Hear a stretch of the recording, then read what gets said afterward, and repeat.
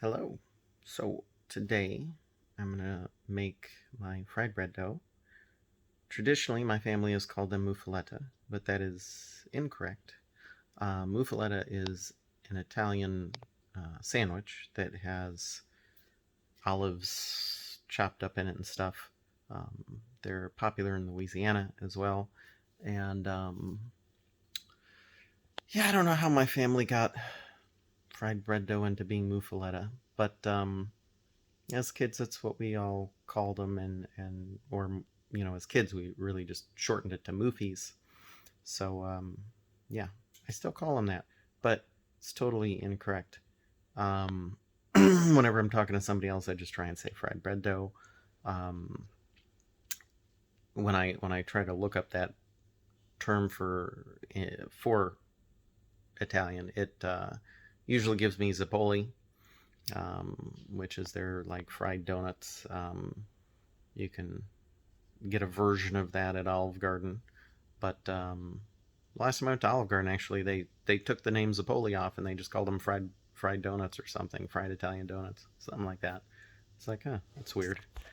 Anyhow, regardless of what we call them, it is a very simple bread recipe that minus all the work of making bread where you knead the heck out of it, and then yeah, just fry it in a pan. So very simple.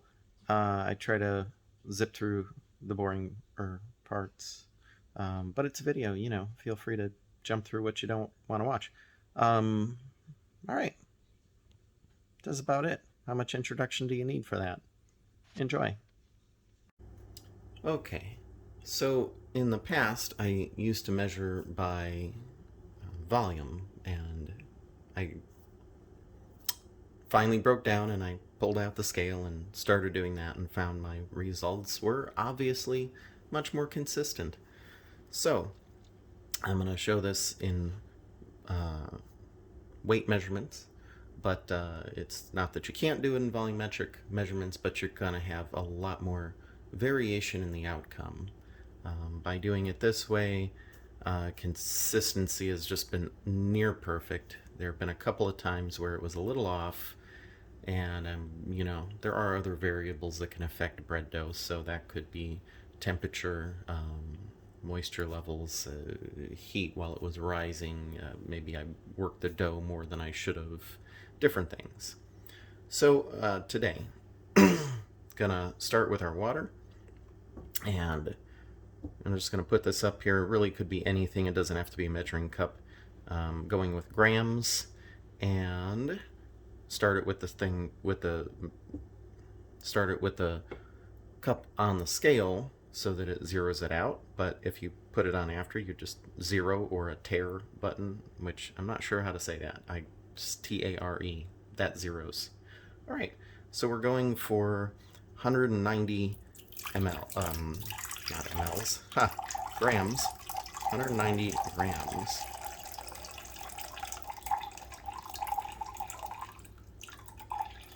This is just a cheap Walmart scale. Nothing fancy here.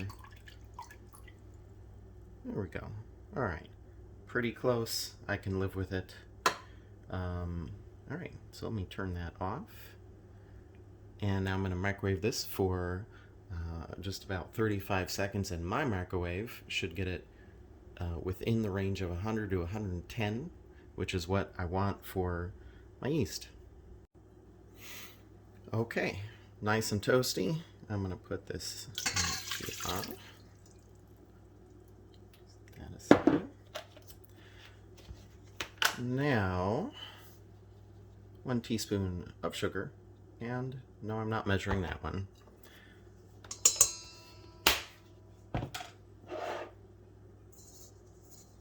This is how I mix that. Usually at 35 seconds in the microwave, the water is actually a little hotter than I want it to be. Sometimes just like, 115 degrees or something. So we're going to check that. Stay, my little friend. I'm going to check that and see how we are. So it's 100, yeah, it's already hitting 111. So the easiest way to take your temperature down in a metal bowl, metal is very conductive to heat, which is why we use it for cooking, because the heat doesn't stay in the metal, it just goes right through. And so 113.2 is where we're at here. We're just gonna swirl the water, and the sides are heating up crazy right now.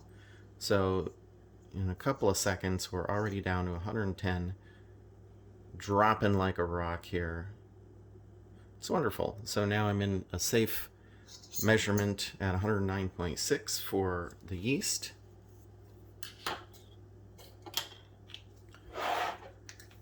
Now your typical yeast packet is I think 2 1/4, yeah, 2 1/4 teaspoons. But I'm not really picky about this. I just go about a tablespoon because I don't want to have to mess up a teaspoon and then a 1/4 teaspoon. There's one and done. All right. Now, more or less, I'm just wetting that down, getting it mixed in the water, and I'm gonna let it set for the 10 minutes. Now this yeast, you don't have to do that. It's instant yeast, rapid rise. You can just mix it right in your dough. But I have found in testing one bowl and another side by side that allowing it the 10 minutes to start rising has produced a bigger rise. So that is what I do. All right, I'm gonna set that right there, and I'm gonna clean a couple things up, and that's it. We'll just keep an eye on it for 10 minutes.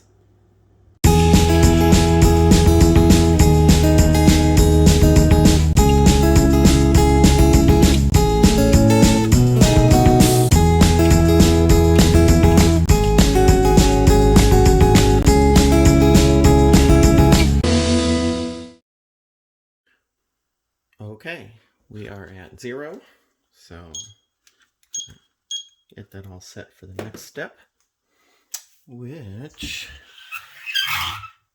I think is obvious. We will be adding flour and giving it a beat. So we did, oh, I forgot I had a cup in here. We did 190 of water. We're going to do 290 of flour. And this is my fine china here.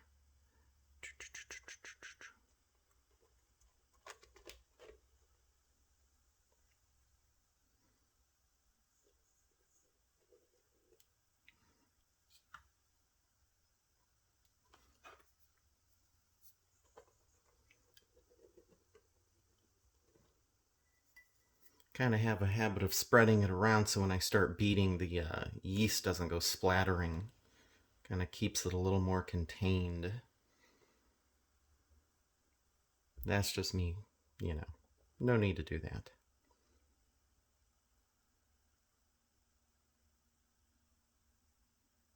There we go, 290.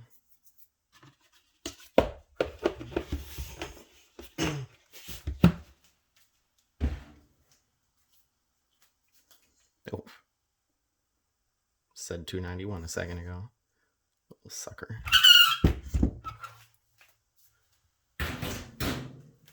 Okay, now, fun part.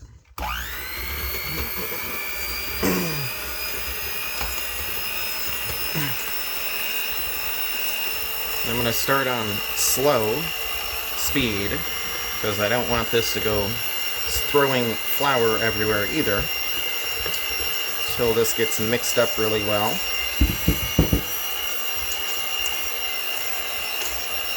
And I much prefer the hand mixer for this because I can get it all incorporated and keep it mixing a lot better than I can with the stand mixer.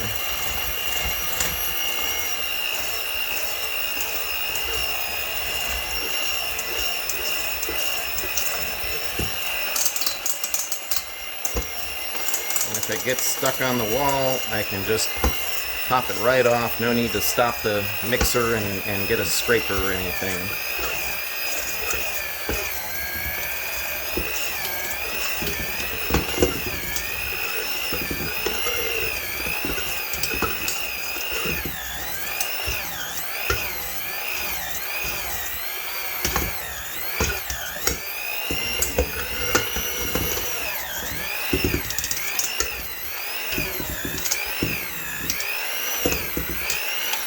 All right.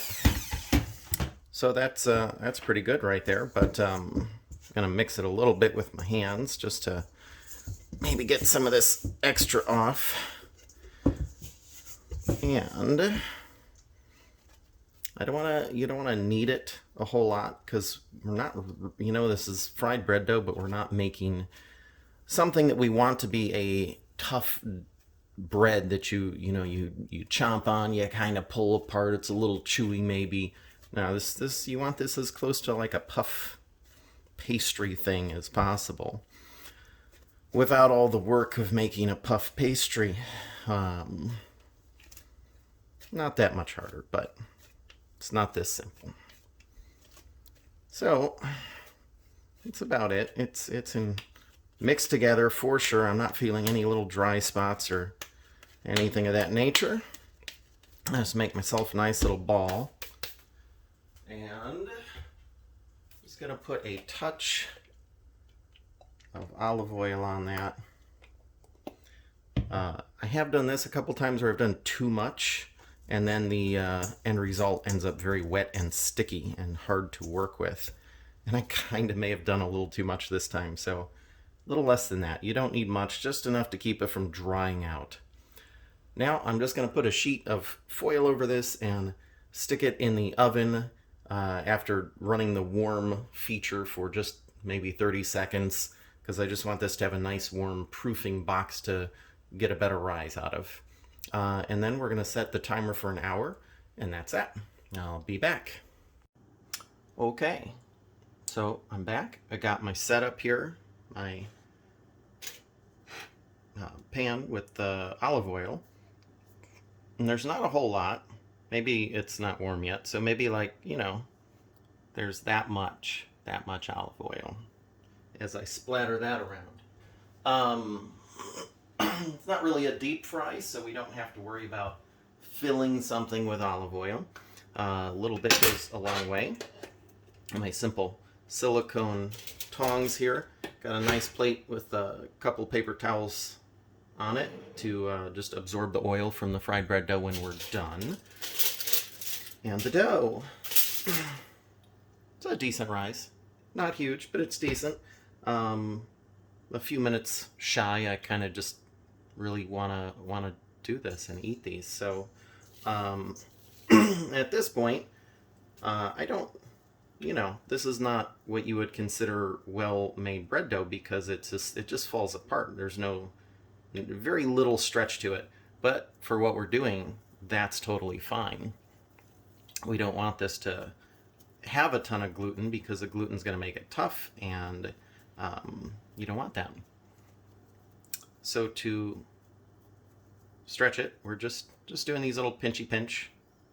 Nothing too exciting. I try to make it relatively even. But other than that, is what it is. It's just a randomly shaped blob of dough. It's not some fancy pastry thing here.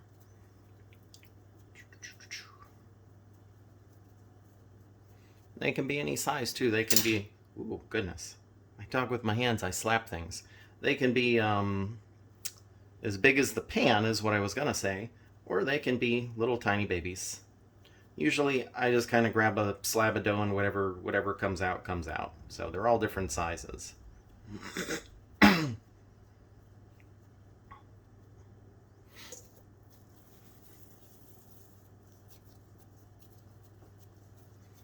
And sometimes I'll start from the middle, and sometimes I'll start from the outside. And if you make a hole, it's no big deal. Just squish it back together.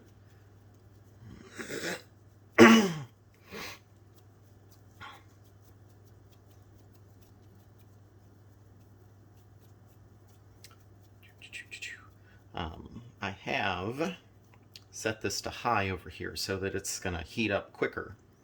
Now I'll tell you, temperature-wise, this thermometer is made for a deep frying situation.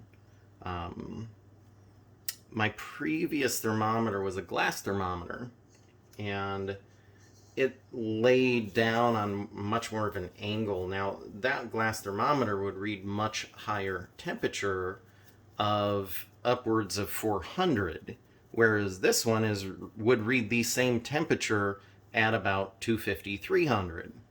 So, I don't know at this point. I've had two thermometers and they've read vastly different degrees for the same temperature, so I don't know what the right temperature is.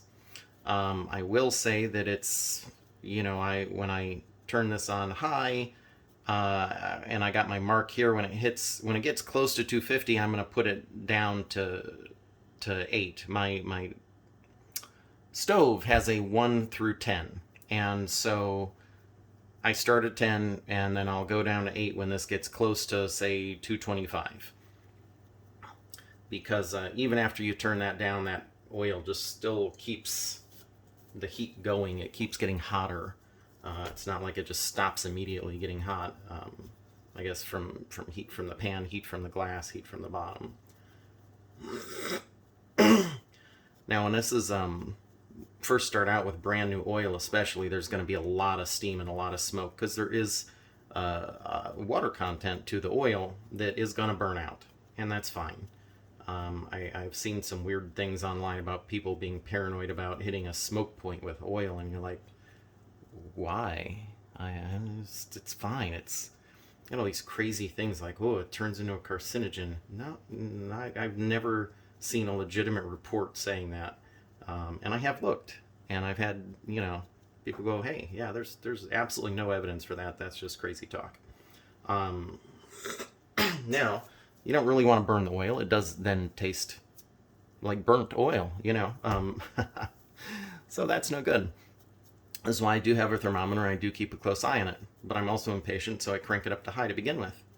Once this does start smoking, I am going to turn on my vent here, which I'm just now seeing some of that, so I'm going to get the vent going, and it'll be a fan noise here, so if I may have to dub over this later.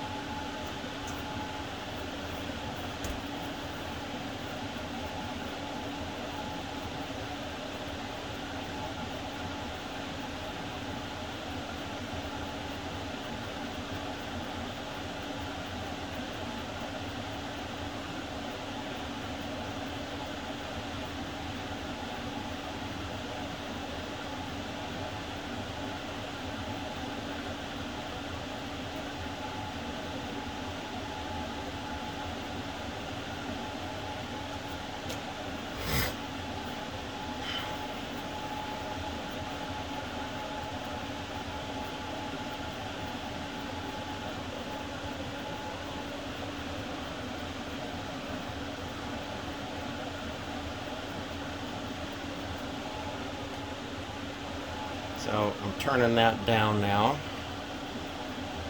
You can see there's quite a bit of smoke. Well, I don't know if you... Yeah, I guess you can see it. Looks visible in the camera.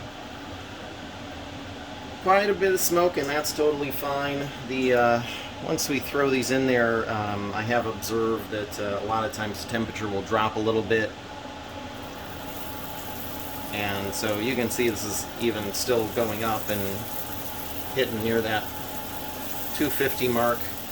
I don't really want it to go flying up to 300, but I have occasionally had that happen, and it's fine. Doesn't cause any problems. So I would say somewhere between 225 to 300 on this particular thermometer. On my other thermometer, the glass one, it was 350 to 400 was seemed to be the sweet spot. But and you can see they puff a little bit, and they get these the edges get brown pretty quick. That's fine. So now we're gonna flip those kids over already. Try not to dunk my whole thermometer into the blazing hot oil. And I'm gonna cook the other side. And so it's a pretty quick process if you're at a good temperature, which now I'm already up to like 275 here. If, on this thermometer. Feel the need to say that. So it's a nice golden brown. That's good. It's fine. It'll be cooked through at that point, and especially because it is a little bit of a thinner one. Whoa. And that's what happens to my thermometers a lot of times. So I don't have the glass one anymore. It fell into the oil one too many times and just cooked its innards and stopped working. So there we go. Let's do some more. Usually once I know I'm at the right temperature though, I just take this out anyways, and it's really just to get me there.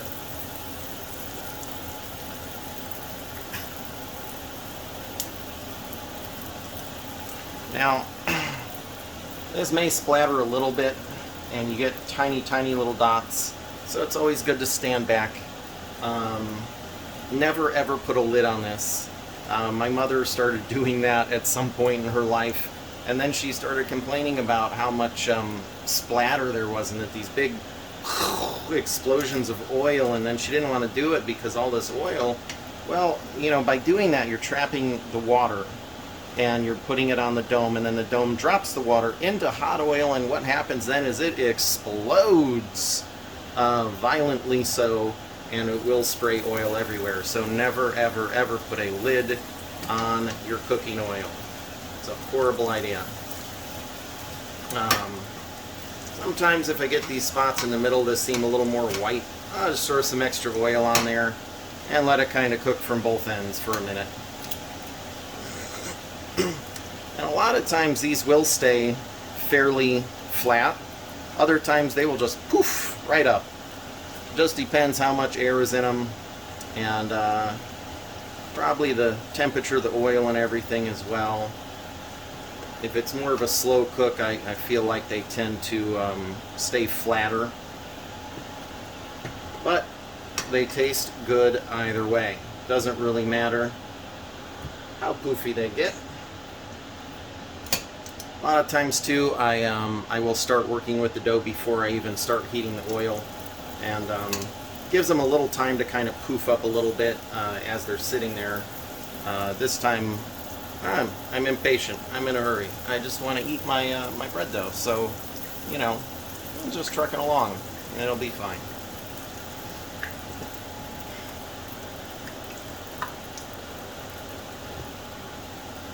You can see some of the oil there. I try to pick them up and shake them off a little bit, but you know, only so much comes off.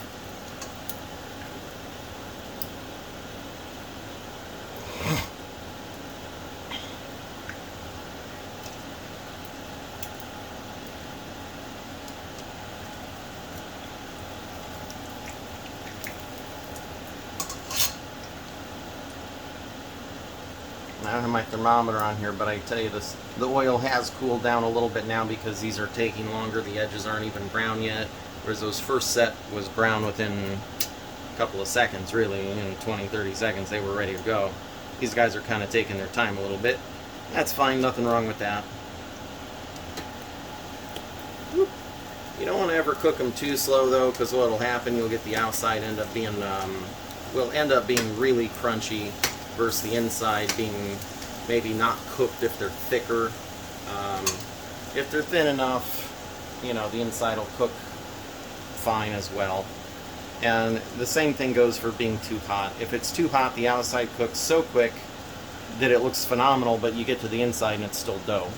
So there's definitely a window in the middle where it cooks through and browns nicely on the outside. And if you hit that, they're going to be good whether they're thinner or whether they're thicker. Doesn't matter, they're going to be good.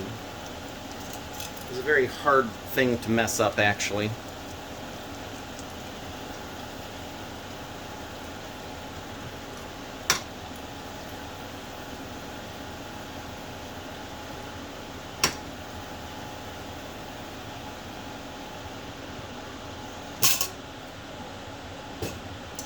Alright, so there we go, looking good. Put those aside for a minute and turn this off. And the oil on the stove, I do like to just wipe around the burner real quick Easy peasy, just keep it moving and keep it off the direct heat. A lot of cloths do have some plastic in them, and you can burn that right on the stove pretty nasty, so we don't want that. Alright, I think that's about it. I may have to redub this audio, but hopefully not. And alright, go make your own fried bread dough. Have fun. Okay, so with fried bread dough, people, cultures, everybody like does it different. Some people do savory kind of stuff. Some people do sweet stuff. You go to a carnival, you're gonna get like an elephant ear, maybe with honey, maybe with powdered sugar. I grew up with just plain old white sugar. However, specifically as I've gotten older, I have found that I liked brown sugar mixed in, and then as I'm a little older, and I'm like, ooh, dark brown sugar, even better. Gets more of a flavor to it. So what I have come up with is kind of just a general mix here, and you just break it up a little before you use it. Nothing specific for me, try everything, do whatever you like. You like a little honey, you like a little sugar, try a little brown sugar, try pure cane sugar. Oh goodness, possibilities are endless, really. So for me though, and I just kind of pulled this out of thin air, it's just to start mixing some of this stuff together. And I love these little whisks. They're just wonderful. I like little gift box whisks. And just kind of mush it together. I suppose you'd get, what else? Let's see, you could do molasses, really any syrup kind of thing.